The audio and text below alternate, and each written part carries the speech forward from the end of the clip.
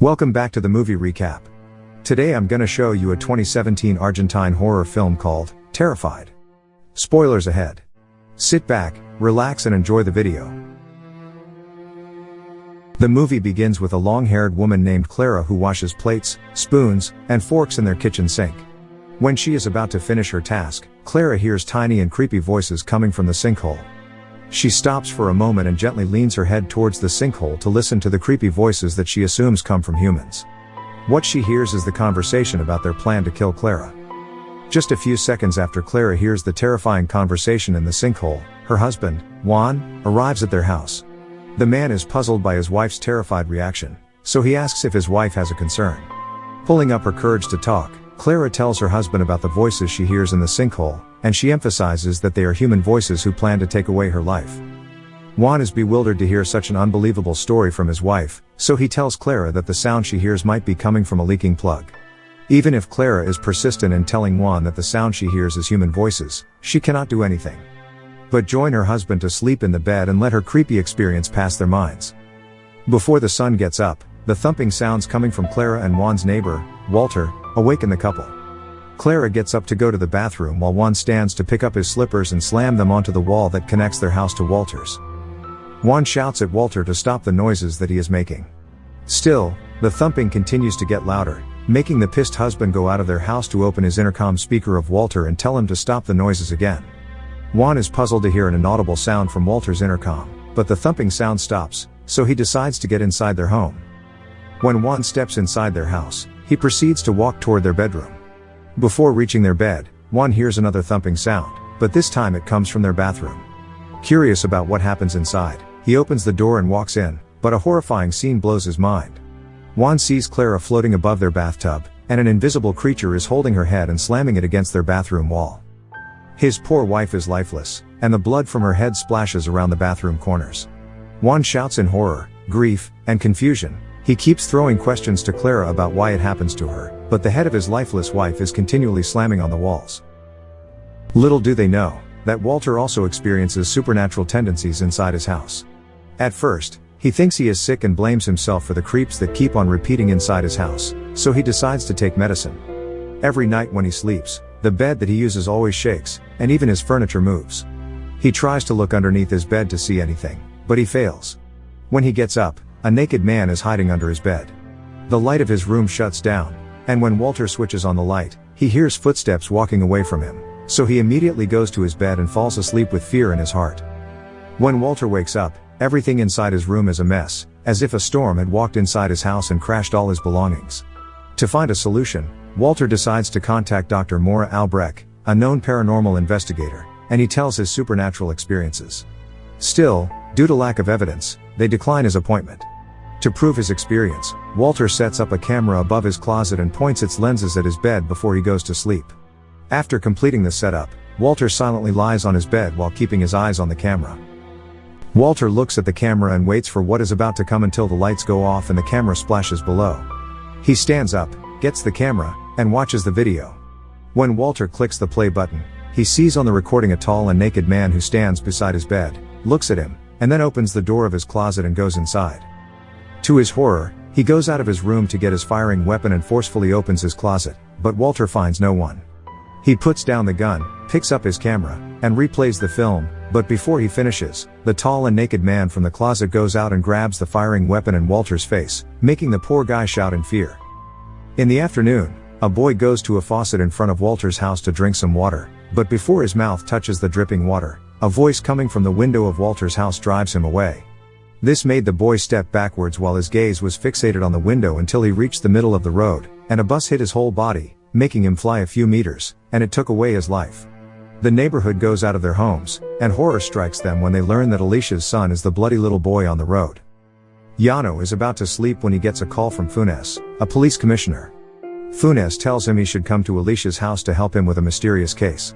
Being a former coroner and an investigator of supernatural events, Yano does not hesitate to get up from his bed and drive towards Alicia's home, which he learns is the woman police commissioner Funes had a relationship. Once he arrives, Yano sees the muddy footprints of Alicia's son, indicating that it comes from the cemetery, and walks back to their home. Funes points to the kitchen where the little boy is sitting. When Yano arrives at the kitchen, He sees the child covered in mud and sits at the end of the table with a glass of milk and a few sweet snacks. The brave Yano goes near him and puts on his eyeglasses to see the boy clearly. Zooming in, the child does not move and still has its deformed face. He has a rotten smell, and his fingers are damaged. Yano states that it indicates that the dead boy gets out of his grave using his bare hands. After Yano scans the lifeless child, he tells Funes that they should bury him again and that the police commissioner should report that Alicia's case is similar to the point of a grieving family who cannot yet accept the death of their loved one. Hence, they get their corpse back from their grave. In the afternoon, Yano gets out of Alicia's house and sees an old lady who takes pictures of Walter's house, which is located across the road from Alicia's home. Yano recognizes that it is Dr. Maura Albrecht, who is also a known paranormal investigator. When he asks why she takes pictures, the doctor says that Walter sends her evidence of the supernatural phenomenon inside his house. Knowing that the video clip Walter gives her is a shred of evidence, the doctor goes to investigate, but Walter is nowhere to be found and leaves his house empty. After hearing her reason for being in the neighborhood, Yano invites Dr. Albrecht to go inside Alicia's house to let her see an exciting subject. When the doctor lands her feet outside the grieving mother's home, Dr. Albrecht takes pictures of the muddy hand and footprint around the entrance of the White House. When she goes inside, Dr. Albrecht sniffs a smell of a dead person, so Yano leads her to the dining table, and without a surprise, she sees the body of the muddy, dead boy sitting at the end of the dining table. This leads Dr. Albrecht to join Yano in their investigation of the supernatural events in the neighborhood's selected houses. In the psychiatric facility, Yano, Dr. Albrecht, and another supernatural investigator named Rosenstock visit Juan. To start their investigation, the paranormal investigators extract information from the events that Juan can recall. He states about the thumping sounds that he hears, and he says that Walter fixes things inside his home at an unusual hour, but he does not know that Walter only makes that as an excuse to hide his paranormal experiences. After the interrogation, the supernatural investigators ask for Juan's permission to investigate his house by presenting him with a permission letter. The investigators also mention that Alicia and Walter permit them to examine their house, which convinces Juan to sign the permission letter. In the evening, Funes and the three supernatural investigators arrive at the cursed neighborhood. To investigate each house for the whole night, they separate themselves. Funes and Rosenstock go into Walter's house, Yano proceeds to Alicia's, and Dr. Albrecht goes into Juan and Clara's house. When they get inside the homes, they set spiritual tracking devices in each place to locate the presence of paranormal phenomena. In Juan's house, Dr. Albrecht starts to take pictures in every significant corner, including those bloody walls in the bathroom. In Walter's house, Funes is timid and almost silent because of the terror he feels about being inside a place where supernatural things happen. Rosenstock admits that he feels the same fear that grows within Funes, but his excitement to investigate covers it all, so he and Funes go around the house until they reach the kitchen and see a creepy and weird scenario. In Walter's kitchen, Rosenstock and Funes see his utensils hanging upside down and are attached below the floating shelves. The fear that is within Funes starts to grow bigger as he stares at the horrifying things that they see, but Rosenstock smiles and excitedly slides his fingers to the floating utensils as if he is strumming an instrument. His hand goes back and forth in strumming until a knife pierces in the middle of his hand, and its tip attaches below the shelf, pinning Rosenstock's hand to pain. Blood flows from Rosenstock and Funes does not seem to know what to do until they both hear the sound of someone sucking the investigator's blood, which comes from the inside of the floating shelf. Without a second thought, Funes pulls his firing weapon and points it at the shelf, but when they open its door, they see no one. In Alicia's house, Yano stands in the window where he can peek outside and see Walter's house. He is on a call with Funes, who is currently shaking after he wipes the blood of Rosenstock on the floor. As they talk, Yano sees a naked and tall man in one of Walter's rooms, so he says it to Funes over the phone. Funes checks the room but finds no one, but Yano is persistent that he sees someone standing in the room. When he swings his head to the right, it disappears, but the naked and tall man appears when Yano turns his head to the left. He continues to swing his head back and forth until it appears in front of Yano and he loudly shouts in horror. After hearing Yano's screams over the phone, Funes trembles and goes to Walter's bedroom, where Rosenstock currently investigates. The police commissioner tells Rosenstock his plan to quit their investigation. Still, Rosenstock shares with him what he discovers. On the left side of Walter's bed, Rosenstock lifts the blanket and they see nothing, but he discovers that there are different points of view to see what is unseen, and so, he lifts the blanket to the footboard, and they see a bare foot of the naked man. Accomplishment and enthusiasm are evident on Rosenstock's face, opposite to Funes' terrible expression, so he decides to go out of Walter's house because of his unfathomable fear. Once he gets out of Walter's house, Funes proceeds to Alicia's house, where Yano stays. The police commissioner does not find Yano, but he sees broken glasses on the floor, which come from the storage cabinet. From the inside, he hears someone shouting for help, so he points his firing weapon and carefully opens the cabinet door, but Funes finds no one.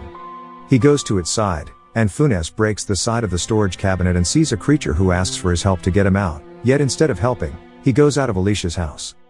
In Juan's house, Dr. Albrecht scans the large crack on the wall of Juan and Clara's bedroom, which is the wall that connects their house to Walter's. Using her mini flashlight, she grabs a chair, sits in front of the crack, and flashes her tiny source of light to Walter's house. She sees someone looking at her, but it does not fear her. Funes arrives, and he tells the doctor about the horrifying scene that he experiences.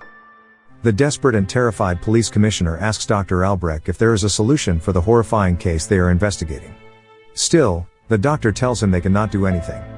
Before she continues talking, a giant hand swings out of the big crack and grabs the head of Dr. Albrecht, and pulls her back from the other side of the crack. Seeing the brutal incident, Funes immediately becomes stiff and experiences a heart attack. His body falls to the ground and sweats start to cover him as he fearfully stares at the ceiling and hopes to survive.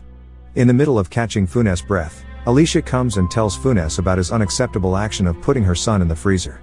Funes desperately wants to survive and pleases Alicia to bring him to the hospital. Even if she has a heavy heart for him, Alicia accepts Funes' request, and they both get out of Juan's house. Alicia goes inside her car, and Funes is also about to ride in when his shock stops him from walking.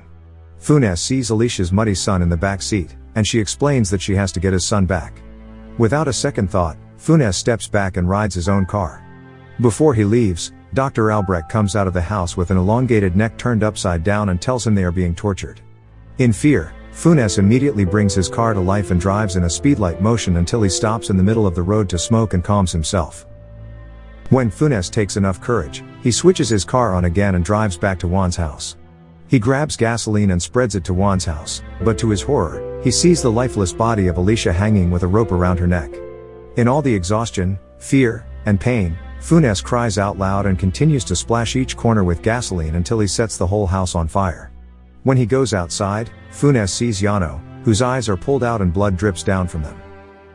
The movie ends in the psychiatric facility where the police interrogate Juan about his knowledge regarding the supernatural investigators. Juan honestly tells them that he knows them by their name and their objective to investigate their house. As they continue questioning him, Juan is distracted by Rosentalk's presence at the back of the police. He points out the burned body of Rosentalk, but the police see nothing. Suddenly, the chair moves by itself and throws toward the camera by an unknown force. Thank you for watching. Subscribe for more videos like this to help the channel out. Have a nice day.